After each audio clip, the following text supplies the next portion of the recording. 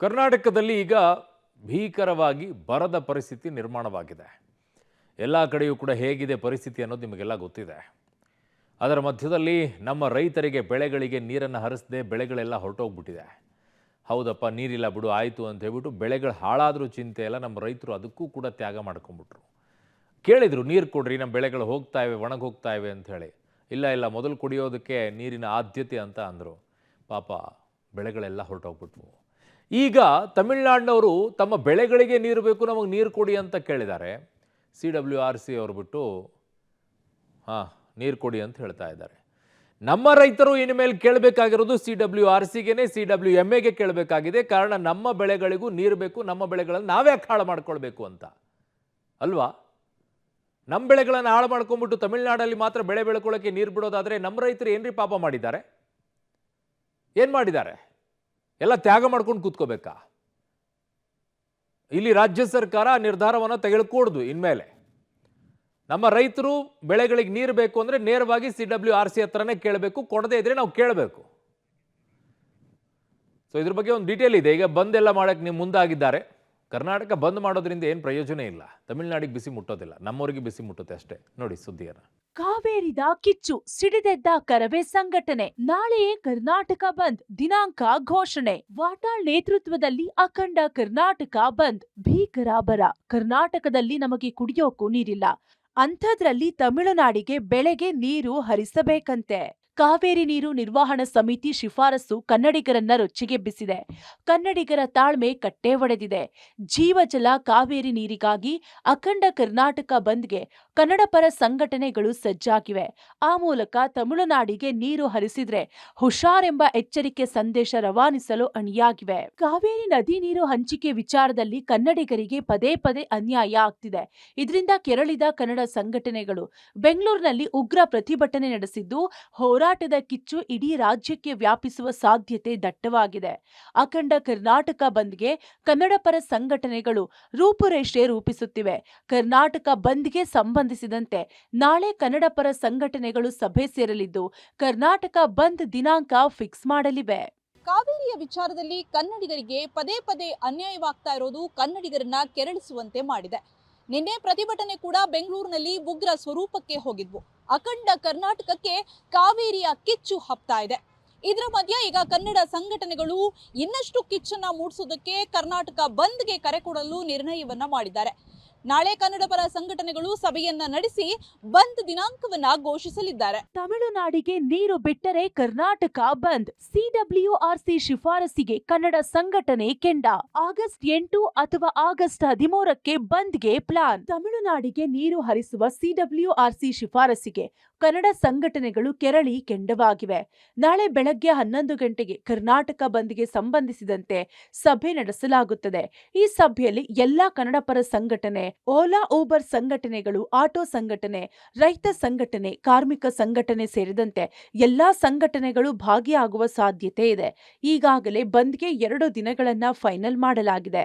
August 8 ಅಥವಾ August 13ಕ್ಕೆ ಬಂದ್ ನಡೆಸಲು ಕನ್ನಡ ಪರ ಸಂಘಟನೆಗಳು ಪ್ಲಾನ್ ಮಾಡಿಕೊಂಡಿವೆ. ತಮಿಳುನಾಡು ಸಿಎಂ ವಿಜಯ್ ಸಭೆಗೆ ಕನ್ನಡ ಪರ ಸಂಘಟನೆಗಳು ಕಾದಿದ್ದು, ಆ ನಂತರ ಬಂದ್ ದಿನವನ್ನ ನಿರ್ಧಾರ ಮಾಡಲಾಗುತ್ತದೆ.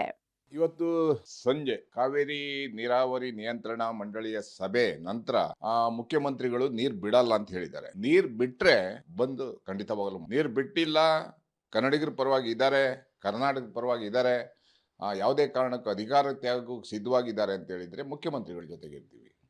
ಇಲ್ಲ ಅಂದ್ರೆ ನಿಜವಾಗಲೂ ಕರ್ನಾಟಕ ಬಂದಾಗುತ್ತೆ. ಮಂಡ್ಯದಲ್ಲಿ ಕಾವೇರಿದ ಹೋರಾಟದ ಕಿಚ್ಚು. ಕಾವೇರಿ ನೀರಾವರಿ ನಿಗಮದ ಕಚೇರಿ ಬಳಿ ಪ್ರತಿಭಟನೆ. ಜನನಾಯಕನ್ ಪೋಸ್ಟರ್ ಹರಿದು ಆಕ್ರೋಶ. ಮಂಡ್ಯದಲ್ಲಿ ಕಾವೇರಿ ಹೋರಾಟದ ಕಿಚ್ಚು ಹೊತ್ತಿಕೊಂಡಿದೆ. ತಮಿಳುನಾಡಿಗೆ ನೀರು ಹರಿಸದಂತೆ ಆಗ್ರಹಿಸಿ ಕರವೇ ಪ್ರವೀಣ್ ಶೆಟ್ಟಿ ಬಣ ಹಾಗೂ ರೈತಪರ ಸಂಘಟನೆಗಳು ಜಂಟಿ ಪ್ರತಿಭಟನೆ ನಡೆಸಿದವು. ಮಂಡ್ಯದ ಕಾವೇರಿ ನೀರಾವರಿ ನಿಗಮದ ಕಚೇರಿ ಮುಂದೆ ಪ್ರತಿಭಟನೆ ನಡೆಸಿದ್ದು, ತಮಿಳುನಾಡು ಸಿಎಂ ವಿಜಯ್ ಜೋಸೆಫ್ ವಿರುದ್ಧ ಧಿಕ್ಕಾರ ಕೂಗಿದ್ರು. ಇನ್ನೊಂದೆಡೆ ಮಂಡ್ಯದಲ್ಲಿ ಕನ್ನಡಪರ ಸಂಘಟನೆಗಳಿಂದ ಚಿತ್ರಮಂದಿರ ಮುತ್ತಿಗೆಗೆ ಯತ್ನಿಸಲಾಯಿತು. ಮಂಡ್ಯದ ಗುರುಶ್ರೀ ಥಿಯೇಟರ್ನಲ್ಲಿ ತಮಿಳುನಾಡು ಸಿಎಂ ವಿಜಯ್ ನಟನೆ ಜನನಾಯಕನ್ ಚಿತ್ರದ ಪೋಸ್ಟರ್ ಹರಿದು ಆಕ್ರೋಶ ವ್ಯಕ್ತಪಡಿಸಿದ್ರು. ಕಾವೇರಿ ವಿಚಾರದಲ್ಲಿ ತಮಿಳುನಾಡು ಖ್ಯಾತೆ ತೆಗೆದಿದೆ. ತಮಿಳುನಾಡು ಸಿಎಂ ಸಿನಿಮಾ ಹಾಕಿದ್ದೀರಾ ಅಂತ ಕಿಡಿಕಾರಿದ್ದು ಕೂಡಲೇ ಸಿನಿಮಾ ಪ್ರದರ್ಶನ ರದ್ದು ಮಾಡಲು ಆಗ್ರಹಿಸಿದ್ರು. ಇತ್ತ ಮಂಡ್ಯದಲ್ಲಿ ರೈತ ಹೋರಾಟಕ್ಕೆ ಕನ್ನಡಪರ ಸಂಘಟನೆಗಳು ಕೈಜೋಡಿಸಿವೆ. ನಗರದ ವಿಶ್ವೇಶ್ವರಯ್ಯ ಪ್ರತಿಮೆ ಮುಂಭಾಗ ರೈತ ಹಿತರಕ್ಷಣಾ ಸಮಿತಿ ಬೃಹತ್ ಪ್ರತಿಭಟನೆ ನಡೆಸಿತು. ಸಿಡಬ್ಲ್ಯೂಆರ್ಸಿ ಹಾಗೂ ತಮಿಳುನಾಡು ಸರ್ಕಾರದ ವಿರುದ್ಧ ಧಿಕ್ಕಾರ ಕೂಗಿದ್ರು. ಇವತ್ತು ಏನು ಮಂಡ್ಯದಲ್ಲಿ ಗುರುಶ್ರೀ ಚಿತ್ರಮಂದಿರದಲ್ಲಿ ತಮಿಳುನಾಡಿನ ಮುಖ್ಯಮಂತ್ರಿ ಚಲನಚಿತ್ರವನ್ನ ರದ್ದುಗೊಳಿಸಿ ಅಂತ ಇವತ್ತು ನಾವು ಈ ಒಂದು ಚಿತ್ರಮಂದಿರಕ್ಕೆ ಮುತ್ತಿಗೆ ಹಾಕಕ್ಕೆ ಬಂದಿದ್ವಿ. ಇವತ್ತು ಏನು ಕಾವೇರಿ ಹೋರಾಟ ನಡೀತಾ ಇದೆ, ನಮಗೆ ಒಂದು ಮರಣ ಶಾಸನ ಸಿಕ್ಕಿದೆ. 3500 ಕ್ಯೂಸೆಕ್ ನೀರನ್ನ 15 ದಿನ ಸತತವಾಗಿ ಬಿಡಿ ಅಂತ ಏನು ಕಾವೇರಿ ತೀರ್ಪಿನ ಮಂಡಳಿ ಏನು ಆದೇಶ ಮಾಡಿತ್ತು, ಅದರ ವಿರುದ್ಧವಾಗಿ ಹೋರಾಟಕ್ಕೆ ಬಂದಾಗ ಇಲ್ಲಿ ಈ ಒಂದು ಅವಘಡ ನಡೀತಾ ಇತ್ತು. ಮೈಸೂರಿನಲ್ಲೂ ಭುಗಿಲೆದ್ದ ಕಾವೇರಿ ಹೋರಾಟ. ಕಾವೇರಿ ಭವನದ ಮುಂದೆ ಬಿಂದಿಗೆ ಹಿಡಿದು ಆಕ್ರೋಶ. ಮೈಸೂರಿನಲ್ಲೂ ಕಾವೇರಿ ಹೋರಾಟ ಭುಗಿಲೆದ್ದಿದ್ದು ಸಿಡಬ್ಲ್ಯೂಆರ್ಸಿ ವಿರುದ್ಧ ಕನ್ನಡಪರ ಸಂಘಟನೆ ಕಾರ್ಯಕರ್ತರು ಪ್ರತಿಭಟನೆ ನಡೆಸಿದ್ರು. ಮೈಸೂರಿನ ಅಗ್ರಹಾರ ವೃತ್ತದಲ್ಲಿ ಇರುವ ಕಾವೇರಿ ಭವನದ ಎದುರು ಖಾಲಿ ಕೊಡ ಹಿಡಿದು ಧಿಕ್ಕಾರ ಕೂಗಿದ್ರು.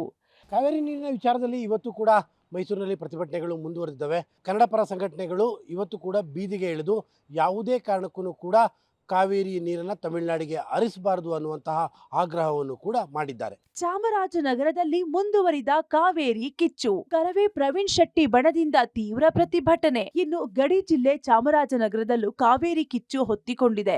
ನಗರದ ಭುವನೇಶ್ವರಿ ವೃತ್ತದಲ್ಲಿ ಕಾವೇರಿ ಪ್ರವೀಣ್ ಶೆಟ್ಟಿ ಬಣದಿಂದ ಪ್ರತಿಭಟನೆ ನಡೆಸಿದ್ರು. ಕೆಲಕಾಲ ರಸ್ತೆ ತಡೆ ನಡೆಸಿ ಆಕ್ರೋಶ ವ್ಯಕ್ತಪಡಿಸಿದ್ರು. ತಲೆಗೆ ಕಪ್ಪು ಪಟ್ಟಿ ಧರಿಸಿ ಪ್ರತಿಭಟನೆ ನಡೆಸಿದ ಕಾರ್ಯಕರ್ತರು ಯಾವುದೇ ಕಾರಣಕ್ಕೂ ತಮಿಳುನಾಡಿಗೆ ನೀರು ಬಿಡಬಾರದು ಅಂತ ಆಗ್ರಹಿಸಿದ್ರು. ಗಡಿ ಜಿಲ್ಲೆ ಚಾಮರಾಜನಗರದಲ್ಲಿ ಇಂದು ಕೂಡ ಕಾವೇರಿ ಕಿಚ್ಚು ಭುಗಿಲೆದ್ದಿದೆ.